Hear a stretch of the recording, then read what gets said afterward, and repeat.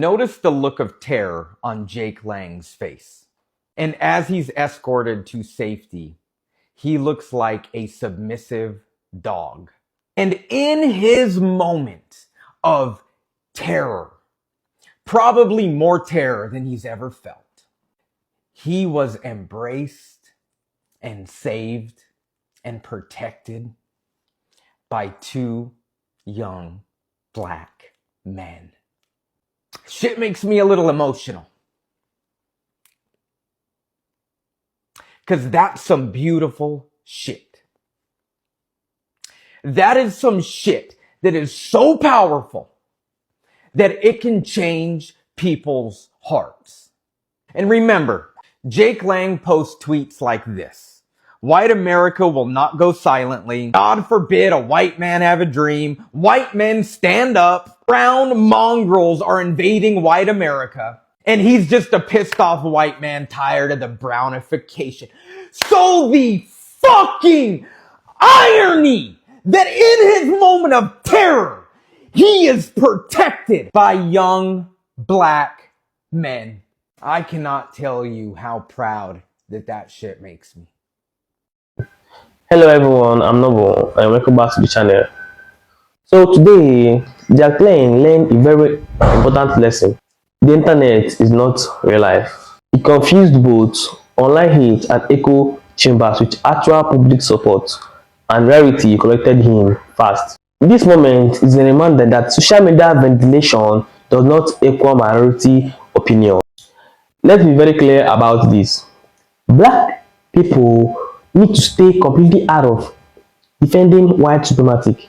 It's disturbing to see black men rush to protect extremity while refusing to show the same energy at the ballot box of highly qualified black men. That prediction says a lot, and none of it is true. What stood out the most was the restraint shown by the people involved. Things could have escalated, but they didn't, and that matters, especially in a climate where one serious injury can be snubbed into propaganda or used to justify wider violence. History has shown us how fast that can happen. Also, let's talk about Jack's biggest mistake. He genuinely believed the voices hyping him up online represented real America. They didn't, and when the situation unfolded, it became obvious. The same group he idolized and placed on a pedestal was the very group that turned on him. That's the irony. That's the lesson. You know what? This Jake Lang debacle has proven something to me. Being racist for pay is mad nasty work. Being racist for pay is some nasty ass work. I don't believe none of you motherfuckers is racist. Y'all want to say nigger, y'all want to call us monkeys, all that good shit. But I believe every one of y'all have the heart of Dalton Etherly. As long as you got a thing on you, you think you Billy and the Kid. I'll call you nigger. What you gonna do? When they take that shit off of you, you stay home, don't you? Being racist for pay is nasty work. I'm sorry. I don't believe you. You need more people. Why do I say this? It's real simple. It's the same rule that I have for gangsters and rappers. Rappers aren't gangsters because gangsters don't rap. They don't. If you really off in them streets doing them street shits, you are not trying to bust off in a fucking microphone to get your ass sent up to the hospital, sent up to Attica or Rikers or some shit. They ain't, no. Gangsters don't rap. Therefore, rappers ain't gangsters. They might have had some ties in the street, but they ain't real. Sorry. Once you pick up that mic, they like, hey, you do that mic shit. Same thing, fam. Same thing. Racists don't have social media. Hi, I'm your neighborhood racist, and welcome to Racism We Do It Right podcast. That shit don't fucking exist. That don't. It don't. All these motherfuckers that you see on social media talking about how they want to say this, that, and the third, and country white boy and shit, you motherfuckers ain't shit. Sorry. Because real motherfuckers are not getting in front of microphones and cameras where people can see and hear them. Hey, when the last time y'all heard the Mexican Mafia bust off with a rhyme? Don't worry, I'll wait. How about the Black Gorilla family? Ever heard of them busting on the mic, dropping a hot 16? No. Aryan Brotherhood? No. No.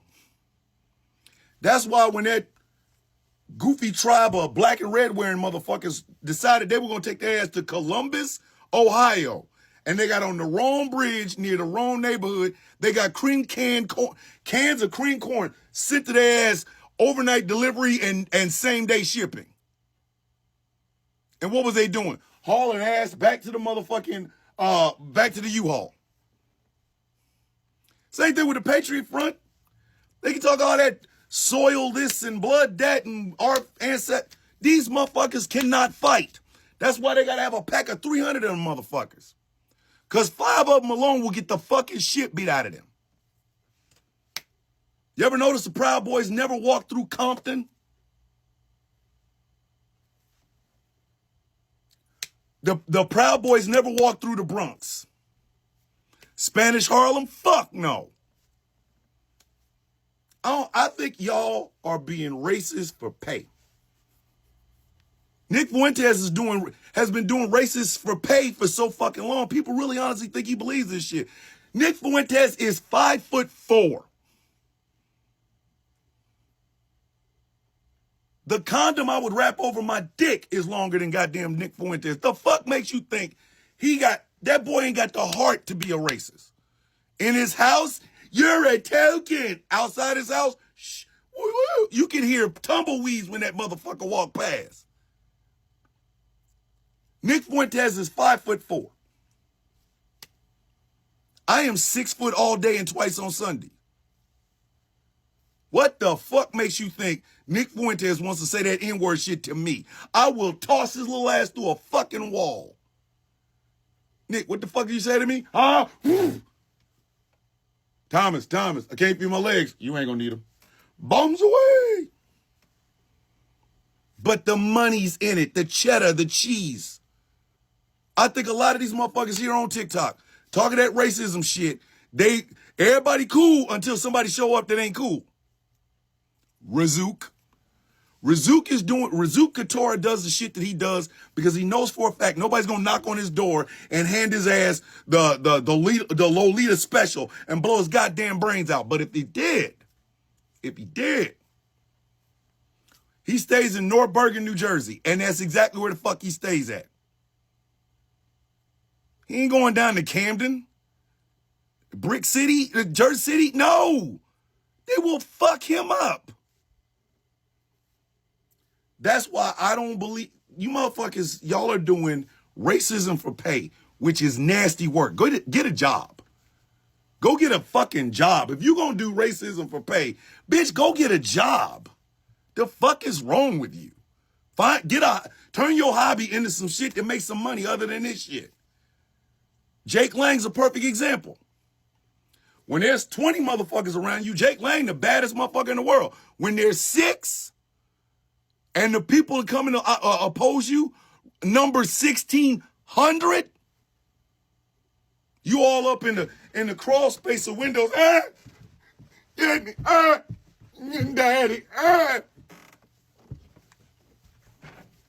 I'm sorry, some of y'all are just racist for pay. You know, goddamn, some of y'all won't even say that shit in front of your parents or your families. Some of y'all walk around here blood and soil, and then your wife finds out you blood and soiling, and then she leaving with the kids. Y'all are racist on fucking line, period. Because in real life, the motherfuckers who truly are about that fuck black folks, fuck Jew folks, fuck Mexican people, they don't make TikTok videos. You know about they shit because they tell you. And the only time they'll tell somebody like me is when I'm standing in front of them. I don't like your black ass. I don't like your fucking crack ass. I believe the rest of that shit is performance. I do. And sometimes that performance shit will get you fucked up.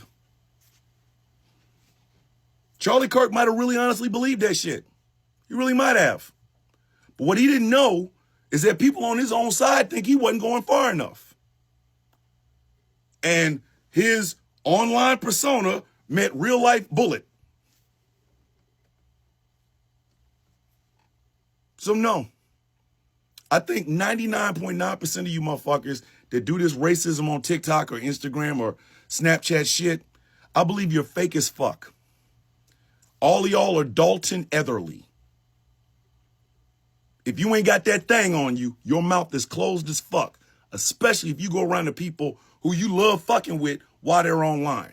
Because you know for a goddamn fact, you know this for a fact, if push comes to shove, they're going to shove your ass down someplace and you're going to be trying to push your fucking teeth off the goddamn ground. I ain't push up. I got to run. They keep telling me to hit me. I said what I said and I ain't taking it the fuck back. This picture is so powerful because Jake Lang, being an individual who literally has spread so much rhetoric against those who are black, right, and has done so much harm in the discord between individuals and humanity, a black man ended up being the one who stepped in the gap for him and made sure that he was not hurt. And I need us to understand, this is why I push this so much, that if we're going to actually heal society, it takes a strong effort to go against the norm, go against the grain. There are not going to be many people who are going to say, this is what I want to do. But he knew, I need to know this man's name. He knew that the best train of thought, the best course of action was to be a saving grace for Jake Lang. And it reminds me of Daryl Davis, a man who befriended individuals in the KKK, who was literally willing to sit down with individuals who hated him in order to prove that conversations, that understanding, that the level of willingness to see the humanity in someone can absolutely change the whole course of somebody's reality. And over 300 people gave away their robes because one man chose to stand up and befriend individuals to show that their hatred is completely misguided. But he did it in not a way of anger and not a way of attack, but in befriending them and showing them true love. And people are going to say, Brian, he wouldn't have done the same thing for that black man, or those KKK members wouldn't have done the same thing for Daryl Davis. It doesn't matter. The whole point is you are building your character and who you want to be in society. About Jake Lang's little visit to Minneapolis. So Jake posted this to Twitter, that his pant leg is literally being ripped off. Angry emoji. But there's something he left out here about this particular kind of pants, is that they are designed for that part of the pants to be ripped off. Because if you look right here, that's a zipper. If you're a 90s kid, you'll recognize these. They're zip-off cargo pants/shorts that can easily convert from pants to shorts. Why would you need those in the middle of a Minnesota winter in mid-January during the coldest part of the year? The only reason I can think of is that he did that on purpose because that's what he wanted, to look like a victim. Everybody's complaining about the two black men that protected Jake Lang, but let me tell you something. If he didn't do it, if they didn't protect him, Trump will be on your asses. Y'all are giving him what he want. Do not. Everybody's complaining about the two black men that protected Jake Lang, but let me tell you something. If he didn't do it, if they didn't protect him, Trump will be on your asses. Y'all are giving him what he want. Do not fight back. He want us black folks to fight back. I'm going to explain this one last time for y'all if y'all don't understand. Trump is implementing the National Guard. He is attacking us with ICE. He is trying to get us to retaliate. We retaliate. He calls out more National Guards, and that causes him to declare a civil war, a national emergency. And he's going to justify it and use the National Guard to implement his strategy. So now that he declared a civil war, there will be no election. And that's what he mean when he says he's king. It is 100% possible. You understand, when we're under a civil war, there's no election. America is split. They can't have an election until the civil war is over. But fucking with Trump, you think he gonna let that shit end easily? No. You think he gonna let it end when it actually end? No. And do you think he's gonna start a civil war just to get conflict rolling and he can become king? Yeah. So for those two black men that finally was like, all right, yo, he had enough. Like in the video, you can hear him saying he had enough. He had enough. Let him go. Let him go. Yeah, let the man go. I'm pretty sure that white man will never think about going to those type of communities again. He's gonna stay in his own fucking place. But I'm glad they stopped it, because if he would have ended up dead, no real shit, if he would have ended up dead, they would have blamed it on the liberals. They would have blamed it on the Democrats. They would have blamed it on the Hispanics, the blacks, the Muslims. They would have blamed it on everybody that's suffering from oppression but themselves. Jake Lang is prime example why I don't play around with going to protests or going out protesting, right? It's the difference between real life and the comment section. A lot of y'all think this shit is performative, and it's not. People are really upset about what's going on in this political climate, what's going on in Minneapolis. And you going out there to antagonize people, you better make sure you got an army with you, big bruh. You know, do not let TikTok fool you, homie. Now, I also think that there were people upset about some black men that were out there, and they thought that they were defending Jake Lang. I don't think they were defending Jake Lang. I think they were trying to de-escalate the protests and stuff. Now, me personally, get the fuck out the way, because I'm just being real. Like, get the fuck out the way, big homie. I get it. Maybe you don't want people to get in trouble. I don't want people to get in trouble. I don't want people to get put in jail. But if they trying to get to brother and he doing all that yippity yapping, this is a rioter. This is a January 6th rioter. He stormed the Capitol. Now you scared? You scared now?